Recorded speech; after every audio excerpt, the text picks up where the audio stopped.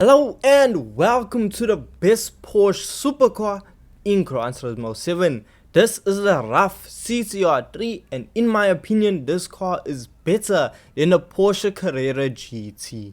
So, if you didn't know, Ruf, this is a German firm that specializes in taking Porsches and giving them more performance and exclusivity. Amongst the company's notable creations is the CTR3. That is what we are going to be testing out today.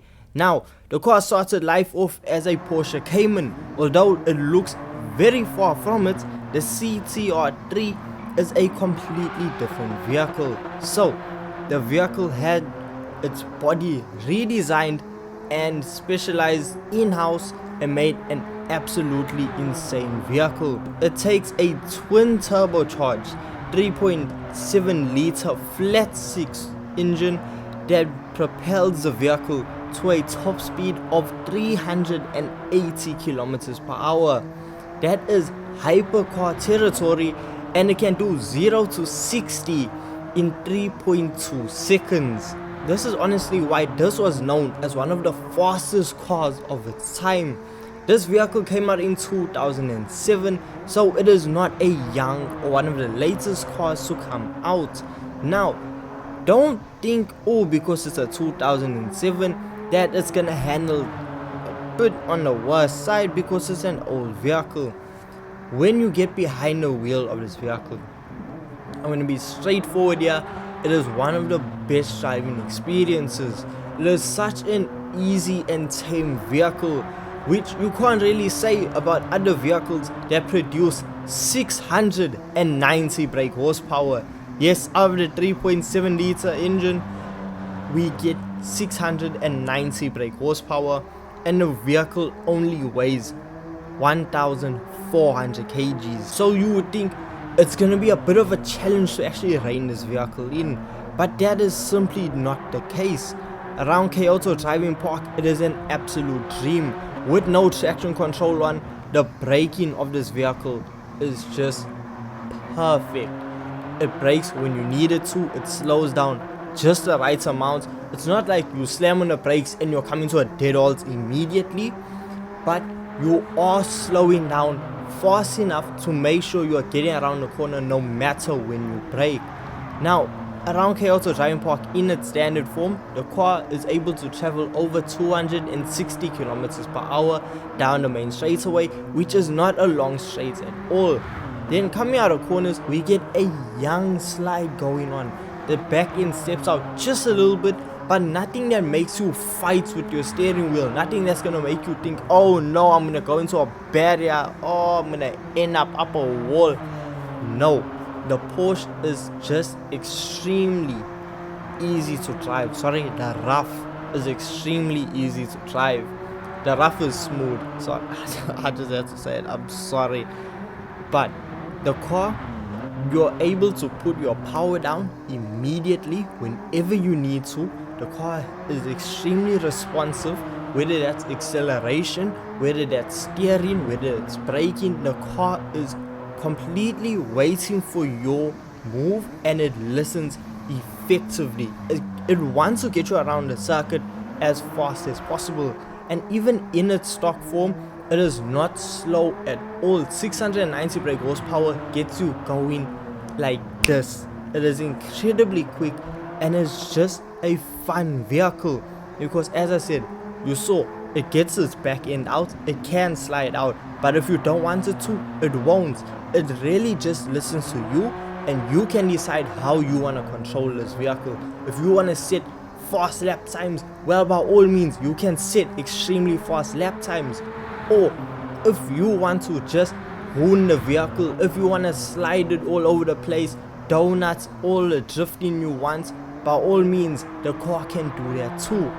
So let's say you aren't happy with the vehicle for some reason. I don't know why you wouldn't be, but let's say you want more out of the car.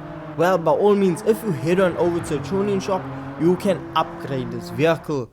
So once you spend a few hundred thousand upgrading this vehicle, well, you're going to be left with the performance figures of 934 brake horsepower and a weight of 1,092 kgs.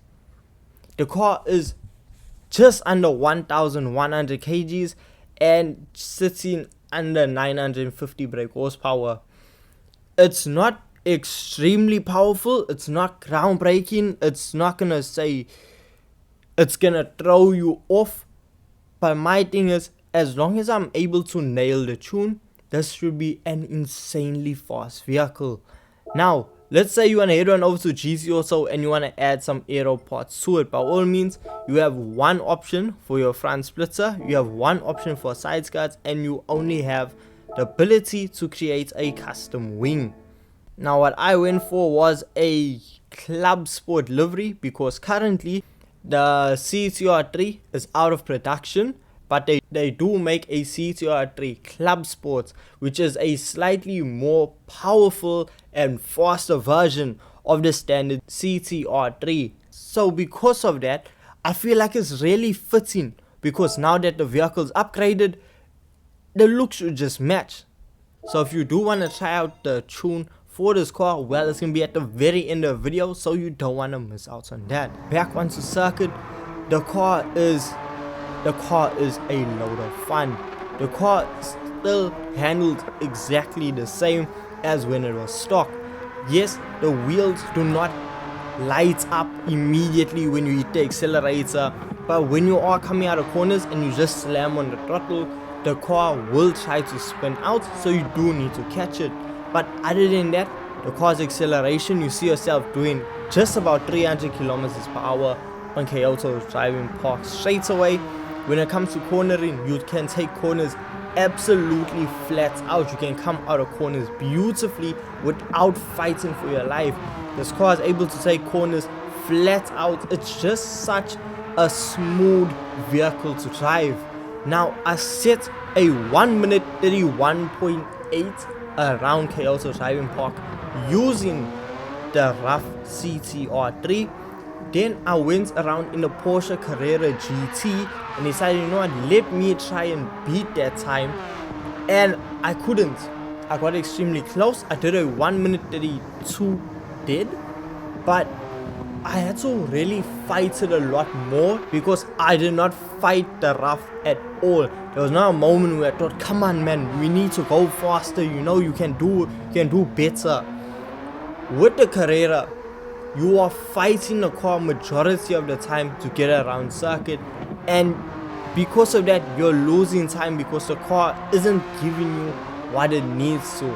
This is having both cars having racing soft tires, no traction control, downforce being fully maxed out, no wide bodies applied to the vehicles, and the Carrera just wasn't able to manage to keep up with the Ruf's time. The Ruf's time I set in a single lap. I gave the Porsche Carrera GT 3 laps to try and beat it, and it couldn't beat it. I was setting lap times around 1 minute 34 seconds, and that is just so much slower than the Ruf. So this is again why I'm gonna say the Ruf is the best Porsche supercar that you can purchase in the game. Now when it comes to racing this vehicle, by all means, every single hypercar parade, piece of cake with this vehicle. When it comes to money grinding, if the event requires fuel consumption, it's gonna be alright. You should get 2 laps, maybe 3 laps. If you detune it to and use around the WTC 700 around Le Mans, you should be able to get about 2 laps, maybe 2.5, 3 laps, depending on how good you are at short shifting and just fuel saving. But it's not the most efficient thing to use. Now, how much does all of this cost? Well, to purchase the Ruf CTR3 from Brand Central is going to set you back 900,000 credits. Now keep in mind, that is still a lot cheaper compared to the Porsche Carrera GT. That costs over $1 million and you still need an invitation to purchase it. The Ruf, you just go ahead and purchase it. That is another reason why the Ruf is a lot better compared to the Porsche Carrera GT. Accessibility, performance, the Ruf just beats the Porsche hands down. So Guys, if you guys do want to enjoy this video and you want to see more just like it, well, hit that subscribe button. And in tomorrow's video, we're actually gonna try out this week's daily races. So if you want to see that, you know what to do. Hit that subscribe button and I'll see you guys in the next one. Peace.